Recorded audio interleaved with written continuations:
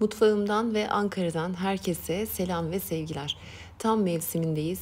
Yumuşacık, asla sert olmayan, rengi ve kıvamıyla muhteşem bir ayva reçeli tarifim var bugün sizlere.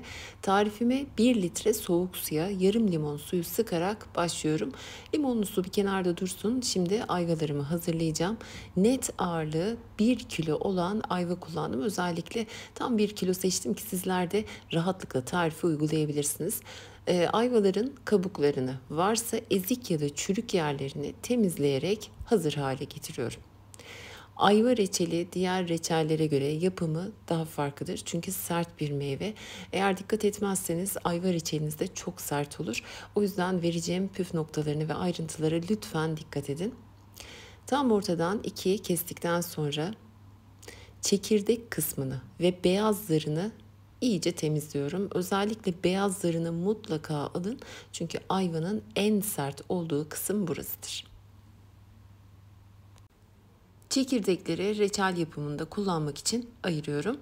Özellikle de belirtmek isterim, bu doğru bilinen bir yanlıştır aslında. Ayva çekirdekleri reçelin renginde hiçbir etki unsuru değildir. Kıvam verici bir özellik oluşturur. Reçelin daha böyle pelte gibi jölemsi bir kıvam almasını sağlar. Reçelin rengindeki en önemli etken ayvanın cinsiyle alakalıdır. Bazı ayva reçellerinde belki dikkat etmişsinizdir. Kahverengiye, sarıya dönük bir renk varken bazıları da kıpkırmızıdır. İşte biz işimizi riske atmadan güzel bir renk yakalamak için farklı bir yöntem kullanacağız. Ayvaları hazırladıktan sonra küçük üçgenler şeklinde doğruyorum. Sizler de istediğiniz gibi doğrayabilirsiniz ama çok iri doğramayın. Bütün işlemler bitene kadar ayvayı limonlu suyun içerisinde bekletiyorum ki kararmasın. Ayırdığım ayva çekirdeklerine 4 parça karanfil ekliyorum. Kullanmanız şart değil ama reçelin tadında, aromasında gerçekten güzel bir lezzet veriyor. Çekirdekleri ve karanfili küçük ve temiz bir bez içerisine yerleştiriyorum. Bezin ağzında bir iple sıkıcı bağlayarak kaynarken dağılmaması için hazır hale getirdim. Geniş ve yayvan bir tencereye 3 su bardağı 200 mililitrelik klasik su bardağı ile su ilave edip kaynamaya bıraktım. Kaynamaya başladıktan sonra ayvaları limonlu suyun içerisinden süzerek ekliyorum. Ayva sert bir meyve olduğu için mutlaka önden biraz haşlamamız gerekiyor. 10 dakika boyunca ayva çekirdekleri ve karanfille beraber kapağı kapalı bir şekilde kaynamaya bırakıyorum. 10 dakika haşladıktan sonra gördüğünüz gibi ayvanın rengi açıldı ve daha da yumuşak bir hale geldi. Çok daha fazla kaynatmayın çünkü reçel yapımında da bir müddet kaynayacak. Aksi türlü ayvalar dağılır, parçalanır. Ayva yumuşadıktan sonra klasik bardakla 3,5 su bardağı şeker ilave ediyorum.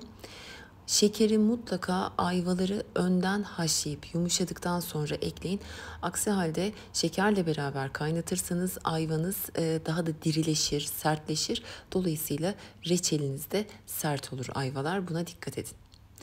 Şimdi reçelin güzel bir renkte olabilmesi için 1 adet nar suyu kullanacağım. Hibiskus da kullanabilirsiniz ya da vişne de ekleyebilirsiniz. Nar suyu reçelin tadını kesinlikle değiştirmiyor. Sadece çok güzel bir renk veriyor. Nar suyunu da süzerek ilave ettim ve reçelimi orta ateşte kaynatmaya başlıyorum. Bir müddet sonra reçelinizin üzerinde bir köpüklenme oluşacaktır. Bu köpüklenmeyi gördükten itibaren hemen 1 çay kaşığı tereyağı ilave ediyorum. Kullanacağınız tereyağı mutlaka tuzsuz bir tereyağı olsun ve kesinlikle köy tereyağı kullanmayın. Tadını hissedersiniz. Tereyağını ekledikten sonra süreyi takip ediyorum. 40. dakikada ilk kıvam testimi uyguladım. Reçelin suyundan 1 tatlı kaşığı kadar alıp buzdolabında 1 dakika soğutuyorum. 40. dakikada uyguladığım kıvam testinde gördüğünüz gibi reçelin suyu çok hızlı bir şekilde akıyor. Henüz yoğunlaşmamış. Bunun için bir müddet daha kaynatacağım. Eğer istediğiniz yoğunluğa yaklaştıysa bu süreyi kısaltabilirsiniz. Ben ikinci kıvam testini 55. dakikada uyguladım.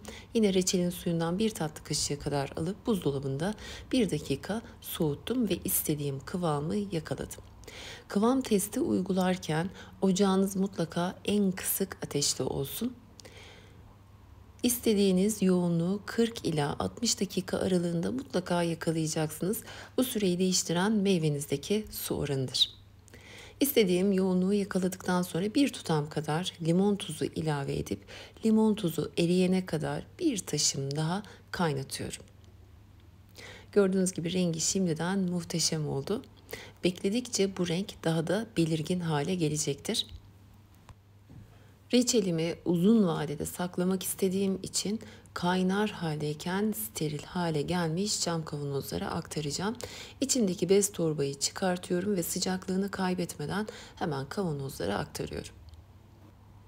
Verdiğim bu ölçülerle 425 mililitrelik 2 kavanoz reçelim oldu ve bir miktar da arttı. Onu da soğumaya bırakıp sizlere kıvamını yakından göstereceğim. Hiç kullanılmamış yeni kapaklarla kavanozları sıkıca kapatıyorum ve baş aşağı tutuyorum. Bir sızıntı var mı yok mu kontrol etmek için. Eğer bu aşamada bir sızıntı varsa kapak iyi oturmamış demektir. Lütfen tekrar açıp iyice sıkıştırın. Reçeller soğuyana kadar hiç dokunmadım. Soğuduktan sonra serin ve güneş görmeyen bir yerde muhafaza ediyorum. Artan bir miktar reçelimi de uygun bir kaseye alıp soğumaya bırakıyorum.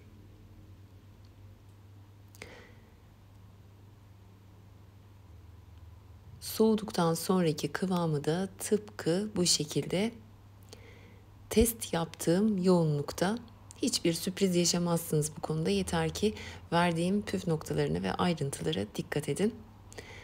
Umarım sizler de tarifimi denersiniz ve beğenirsiniz. Deneyecek olanlara da şimdiden afiyetler olsun. Kanalımda buna benzer pek çok sayıda sos, turşu, reçel, konserve tarifleri görebilir. Onlardan da faydalanabilirsiniz. Yeni videolarımdan ve tariflerimden haberdar olabilmek için de kanalıma abone olup bildirim zilini açık tutabilirsiniz. Yepyeni tariflerle tekrar görüşmek üzere. Hoşça kalın.